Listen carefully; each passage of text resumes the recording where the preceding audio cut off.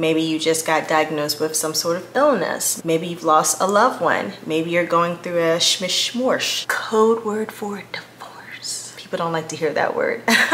Maybe your favorite show just got canceled. Maybe you just got bit by a roach. How do you keep up with everything when your life is literally falling apart? Before I start laying out the tips, why am I sweating? Why is it so hot? Am I nervous or is it just hot in here? I think you need to turn the air down. I'll be right back. I want to talk about what I really think is the issue that makes it hard to keep up with everything when you're going through a situation. Your attention. It just kind of seems to be gripped by whatever the situation is, and it just makes it hard to take care of the basics and the big things and the little things and all the things that are collectively your life. Before I even get into the tips, the biggest tip that I can give you is to reel your focus back in. So you're gonna have to be very, very intentional about focusing your focus where you need it to focus.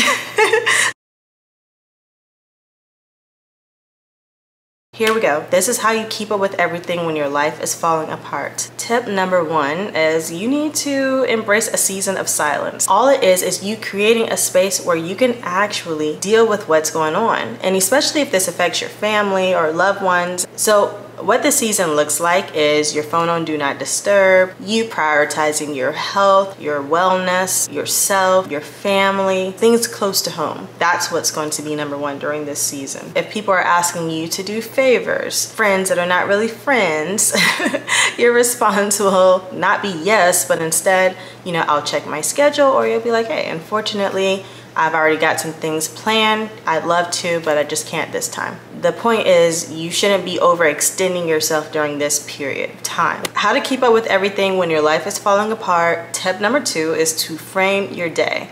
What does this mean? All it is knowing when you're getting up, when you're going to bed, a morning routine, a nighttime routine, because things during the day could go sideways, right? There's more chances of that when we're navigating these, you know, shaky grounds of life. So you need a little bit of structure, but not too much in order to keep you straight. The way I like to think about it is I may not have that much control over the day or what happens, but I definitely have control over my mornings and my night. So I'm going to control what I can. If I need to get up at 6, I get up at 6, I do my morning routine.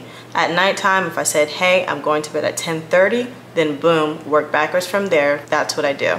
So if the only thing I have control over is what time I'll get up and what time I'll go to bed, I will take that for a win.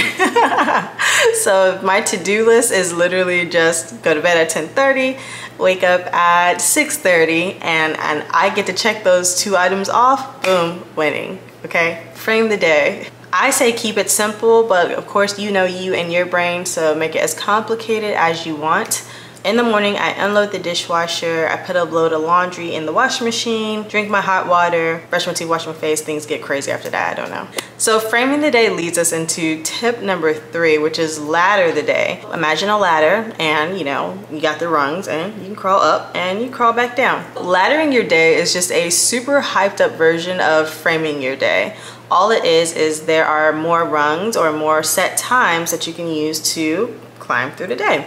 Instead of just having a morning routine and an evening routine, you'll have those 2 things that'll be the very top and the very bottom, but then all throughout the day you'll have set times. So maybe at 8 o'clock you will go to the gym, then at 10 o'clock you'll do some work, then at 12 o'clock lunch for the kiddos, then at 2 o'clock, yada, yada, yada, you guys get it. If you feel like you're in a place where you need a little bit more structure, then I definitely encourage you to try laddering the day instead of framing the day.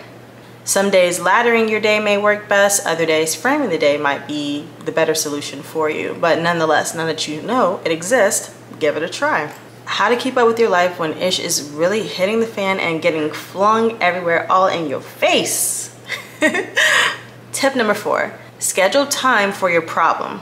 Now this one is my favorite because I would find myself ruminating on what was going on, losing so much time to the situation. Me personally, I found myself needing to literally explode every morning and then I could get my day started. But it took me a while to realize that. And so what would happen is I would try to jump straight into work and end up super distracted, not taking care of what I needed to take care of, and of course just getting more upset about the whole situation and everything else. When I tried sitting down in the mornings and starting my day off with a venting and ranting session. I mean, I'm monotone, so you guys know I'm not going all crazy verbally, but I would write like super crazy in my journal. Like, it was wild, okay?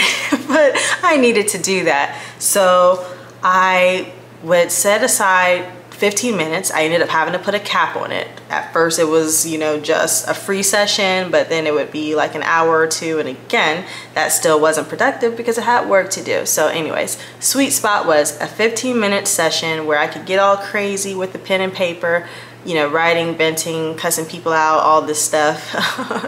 And once I got it out my system, then I was able to focus and get to work. You might need more than one session a day. That's perfectly fine. No judgment here. Play around, see what works for you. Like I said, for me, it just so happened that kicking my day off with this wild session was what worked. But you may be a person where that should be your reward at the end of the day after you do work. Work with you, figure this thing out. How to keep up with everything when your life is falling apart. Tip number 5 is to become el master del uno. Was that even Spanish? I don't know. I need to practice my Spanish.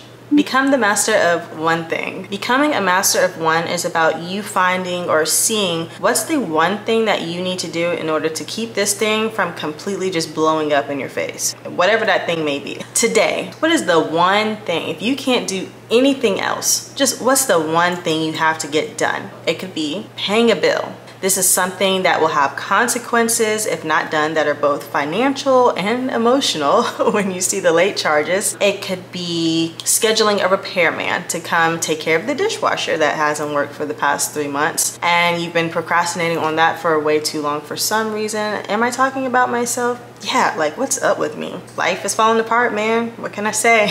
A mudslide comes in, ruins all your plans. Cool. What's the one thing that still needs to get done no matter what? So a way I like to think of the one thing is, because I have multiple things going on, I need to know the one thing in each of those areas. So I may say, okay, what's the one thing I need to do for work? And it may be to send invoices or capture payments. Then I can say, what's the one thing I need to do for the kids? It may be make sure dinner is ready at 5. Cool. What's the one thing I need to do for me?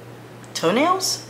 Cut my toenails? I don't know. I don't know right now. You know what? I do know. The one thing that I need to do is take my supplements or have a smoothie so I can have some real food. Yeah, that's better than toenails. How do you know your one thing that you chose is a good one thing? I think the key to knowing is what will happen if it doesn't get done. If you can't think of anything that's dire, it's probably not a good one thing. If you've got some consequences behind not completing that one thing and they make your armpits sweat, I'd say that's a good one thing. How to keep up with your life when everything is falling apart. The Serenity prayer. That's tip number 6. So you're probably thinking this is crazy. Yeah, you're thinking this is crazy. Let me explain. If you're not familiar with it, this is how it goes. God grant me the serenity to accept the things I cannot change and courage to change the things that I can. Mic drop. This is less about religion and more so about being realistic about the situation at hand, okay? What are the facts in front of us? So put it like this. Your dirty, cheating ex-husband is not the reason that your kitchen is a mess, okay? The kitchen is a mess because you haven't washed those dishes. The serenity to accept the things that I cannot change. You can't change what that man did, but you can change the situation in the kitchen, right? That's how that works. How to keep up with everything when your life is falling apart. Tip number 7 is the Swedish death prayer. I'm sure you've heard about Swedish death decluttering, where you empty your house as though you're about to die so that in the event of your demise, your loved ones don't have to trifle through all your crap. Won't he do it? With that being said, I just took that same principle and I'm kind of adapting it to our situation. Our lives are falling apart, things are crumbling all around us. Sometimes you're unmotivated. You want to sit around, you want to sulk. So when you find yourself in those moments and you need a bit of a pick-me-up, I say use the Swedish death prayer. So the Swedish death prayer is a little something like this. God, I see how everything around me looks, and I really just don't want to go out like this. And from there, you take action. The Swedish death prayer. Look around. Do you want everyone to find you like this? If the answer is no, get your butt up and take care of business. This is how you keep up with everything when your life is falling apart.